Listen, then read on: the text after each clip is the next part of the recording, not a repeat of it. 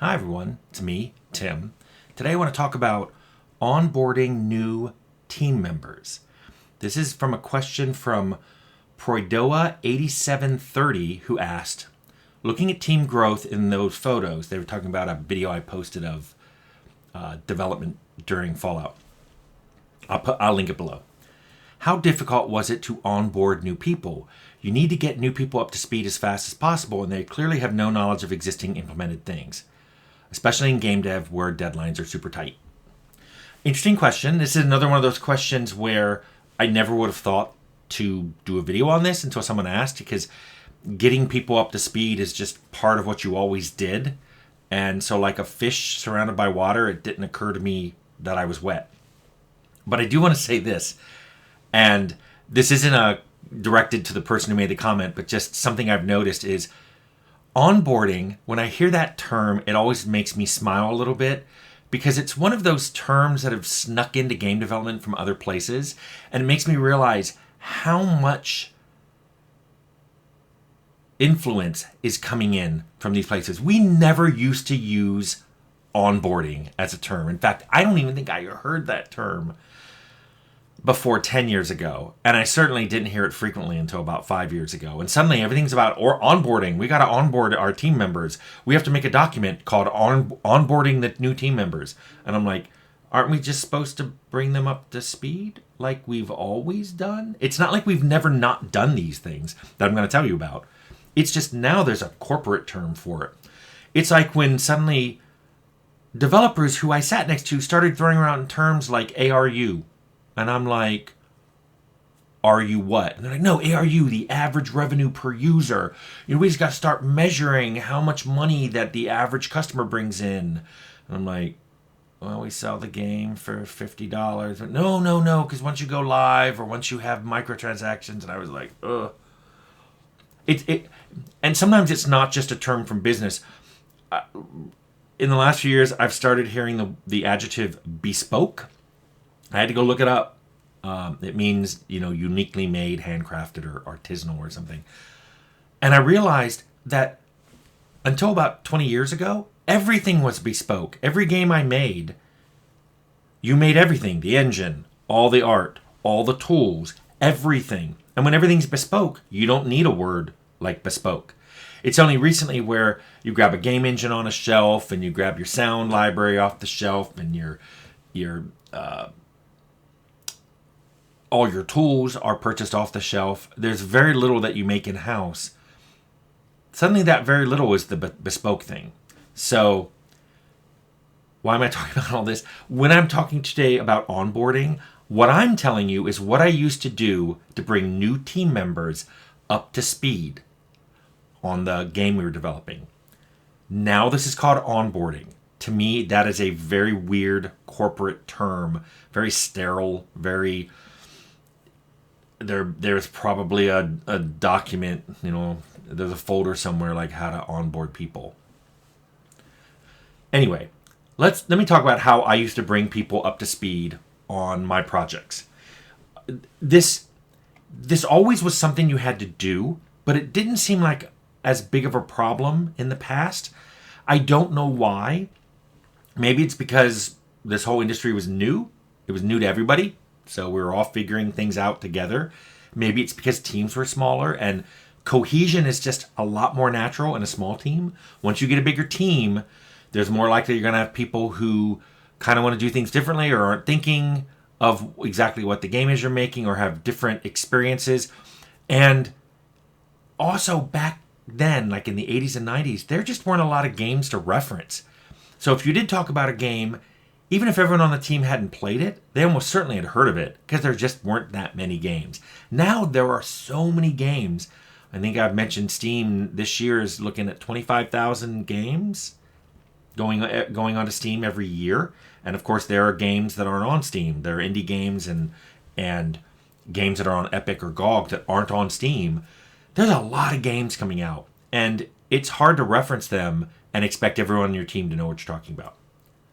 Also, back then, assets were made a lot faster, whether it was art or code, features, or design documents. So when something got added to the game, that addition was noticed really quickly because you're like, hey, that wasn't there yesterday and now it's there today. You didn't see any build up to it. It's like all of a sudden people are walking around, or all of a sudden death animations are in, or something like that. So it's very fast to give feedback, because if you give feedback on something that literally just went in the day before, it's fresh in the mind of whoever just put it in. But these days, pipelines are so long that, just to use art as an example, you may want a death animation, and well, does the model, you may have to make a model and then texture it and then rig it and then animate it, and then it gets put in one of many maps, and you may not see that death animation because it may be unique to a particular weapon that you don't get until halfway through the game. So it may be a long time before feedback happens on that death animation. And if that death animation has to do with the model and not the animation, like we wish the model was more complex, maybe it had more polygons, we could support a much cooler looking death animation. That model may have been made months or maybe even a year or more before. So there may be a long time to get feedback in a loop. So that's just something else that's changed too. So let's talk about the methods by which I've tried to bring people up to speed when they get hired onto my teams. The first one is by using your leads.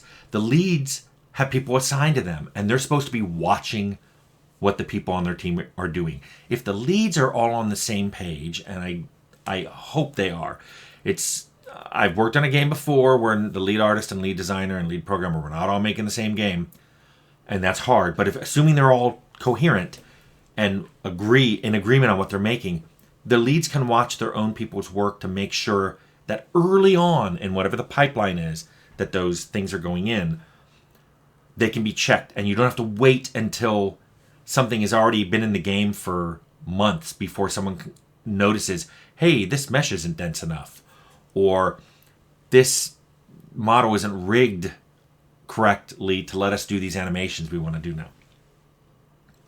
Another way this is done, this kind of onboarding is done, is guidelines are usually created for code, for narrative, for art. They're wildly different guidelines. We've made guidelines for level designers that explain how we want line of sight and how points of interest, POIs, should work in the levels, and things people should look at in other games to get an idea of how we want our levels to be. And that would be very different than what an art guideline would be, where it may reference a movie and say, we're trying to capture this kind of look, but we're not going for that movie's dialogue choices. For that, go to this book or this TV show or this movie, and we want dialogue like that.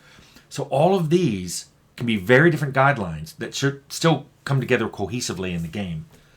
Often, the examples of you give examples of existing work that's already in the game. So, for example, a code guideline may have, here's how we want you to name variables or methods in objects. Here's an example object from the game. There may be a guideline on how to write characters. We want them to have a certain style in how they talk and how they greet you and how quests are given out. And it could be as specific as, in any particular node where an NPC says something, there can't be more than 5 PC responses. Give an example of guidelines for that. Similarly, art may give examples of, here stills from a game or a TV show or a movie. We want to look like this. This is why I loved it when we went from paper and pencil things to internal tools like Confluence, where you could embed images or even movies and show people, rather than describe what Art Nouveau. I'm slowly learning the difference between Art Nouveau and Art Deco. It's only taken me decades. You can show people, this is Art Nouveau. We want it to look like this. One thing we commonly do is we recommend other works for the people to go out and actually experience. So there have been, on several games, where depending on where you were hired, I would say it would really behoove you to go play this game, because this is really what we're shooting at. Books were used as examples of narrative. Shows and movies were used for narrative and art, and other games were used for everything. And we really, really asked people to go home and watch that movie, or watch that TV show, or it would help if you could read this book, or if you could play this game. These days, we even give people, in the first week or two you're hired, take time out to do this. Go watch 15 minutes of this TV show. Go watch this movie. Play this game. And we expect you to do it, at work, because that's part of the onboarding process. And we'll give you the movie or the game in question to play.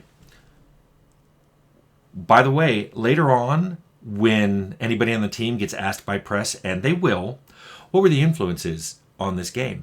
You've got your answer. Just think back to when you got onboarded and go, oh, these were the influences. By the way, it's kind of an inside joke for anyone in game development who gets interviewed frequently by the press.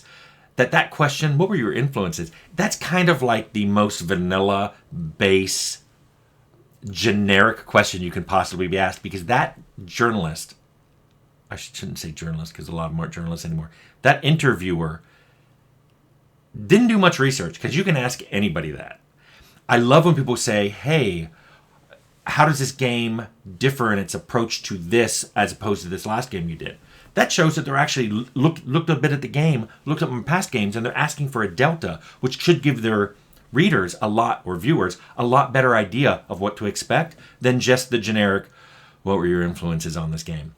But guess what? You're going to be asked that, so you can remember back to your onboarding and go, oh, these are the shows and movies and books and other games that we referenced when we were making this game. Another thing I want to point out here is, depending on when people get hired, you may already have developed a prototype for them to check out the system mechanics in action, a beautiful corner for them to see finished art in a level, or a vertical slice, which is an entire level for them to play, which is at almost near shipping quality in mechanics, in level layout, in narrative, in art. So depending on when people are brought on board, you may have already gotten things done in the game that you may want to make part of the onboarding process. So those are all the things we do, but let me throw out a few risks in onboarding. You're doing all this onboarding because you want your game to be consistent. And like I've said, there's nothing worse than a game that's made by a bunch of people who are trying to make a different game. But you don't want to do this onboarding in a way that will squash new ideas. One of the cool things about hiring new people is they will play the game with a fresh set of eyes that nobody else on the team has. And they may notice something. They may have a suggestion. They may have just played another game that solves up an issue that you guys had that you're just like, we're just going to accept it. This is how it goes. And they're like, oh, I saw this UI that does this better. Or I saw an AI that had this interesting behavior. Maybe we could do that too. So you want your guidelines to be a lot of examples with an overarching kind of coherent rule, but you don't want rigid rules because that may squash new ideas. Now, you may have a rule that seems very specific and very rigid. I gave an example like in any particular dialogue node, you can't have more than 5 player responses. Well, that may be because your UI can't support more than 5, or you didn't want to scroll, or you may have a tool that prevents more than 5. This is all great, but sometimes you're going to have someone come on board who goes, I saw a game that had 6 or 7 or 10, or, they had a lot of different player responses, and it was really cool, and people really seemed to like it, which may make you go back and examine why you're being rigid on that point, and how hard it would be to relax that. If not in this game, then you can put it on your list of like, hey, here are some things we might want to try to do on the sequel when we have more time. Maybe we can have 7 responses or 10 or an unlimited number, and just there's a little scroll bar, and you just keep scrolling until you've exhausted all your possible responses. These are examples of things that may come up from onboarding someone. A great idea that either you can change the game you're making, or make a note that a sequel or whatever your next game is, maybe there's a better way of doing this. So, I hope this answered your question, Proidoha 8730.